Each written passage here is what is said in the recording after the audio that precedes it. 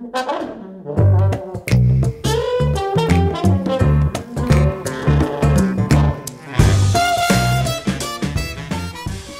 everyone, and welcome to Fiction Foundry, episode 11. Episode 11? Yes, How did we get to 11? 11? I don't know, but this is going to be like a set soon. We're still doing it. We don't even know if anyone's listening. We don't. We could get to, 100 episodes. 111. 111 and our episodes. first listener will actually come back and say, yeah, it's just me. Okay, so when we get to 111 podcasts, we make a pact that we're going to listen back to this one, right?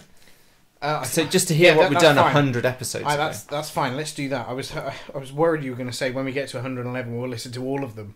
So I just can't do that. I don't see that happening. Anyway, a promise to our listeners this time. Ben, we talk too much. Well, actually, apparently I talk over you. You do. This is the main criticism that has been coming back on these podcasts. That's feedback that I've had. But, it's what the listeners want. So they want me to talk over you. No, I meant the reverse. That's why people are complaining. I see. So Well, the main complaint is that actually things are just getting too long.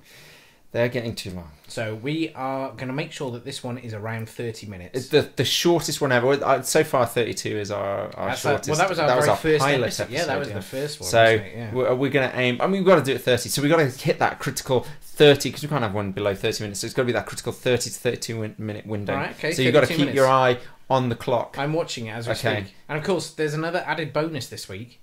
There is. What is that added bonus? We are currently on camera, so this is our actual first video podcast as well. Okay, Ben actually had to move, this camera here had to move his beer out of the shot. But there it is. There's my beer. There, you're going to move it. There we are. I think people would rather watch that, actually. Yeah, beer cam. Do you know, when we get sponsorship, you could actually strategically put that there, and then you could have, like, John Smith's or something. Yeah, or Tanqueray. Or Tanqueray. Or Bailey's. I don't know. Evian. Anyway, right, first bit of housekeeping is the most important thing, the thing the listeners have been dying to hear. Ben, what did you think of Star Trek? Oh, okay. Was my prediction correct? Yes. Yes. Yeah. Basically, you summed it up the best after you came out and saw it, and I completely agree. You said there are two parts of me that... that was your phone, by the way, not my phone. Sorry. My bad. There are two parts of me that have an opinion on this film. The first part of me is the Star Trek fan, and the second part of me is the normal movie audience guy.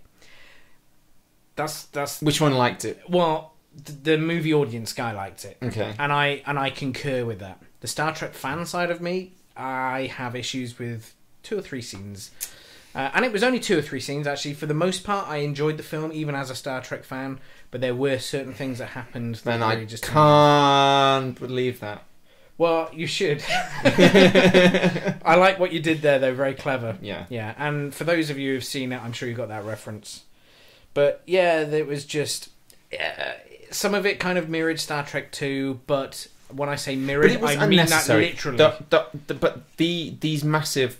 homages or rip-off, whatever you want to call it, or remake, if you want to call it that way, were unnecessary. The film didn't need it. It didn't feel inevitable. It felt like they just did it because almost as fan service. Yeah. And ironically, it's not what the fans want. The people who are the lay fans who aren't into Star Trek lore and probably have never seen Wrath of Khan would probably not care anyway. They don't know. They don't know who this character is. No, exactly. But the fans, if they want it, they want it done properly. They don't want it done where it didn't necessarily need to be there. Well, look, I think that was the issue. Sorry to talk over you, but the whole point, the whole point of this whole remake thing is that in the first episode they made sure that the universe has diverged into something different. So it's not following the old Kirk Spock type stuff from the original series in the 60s.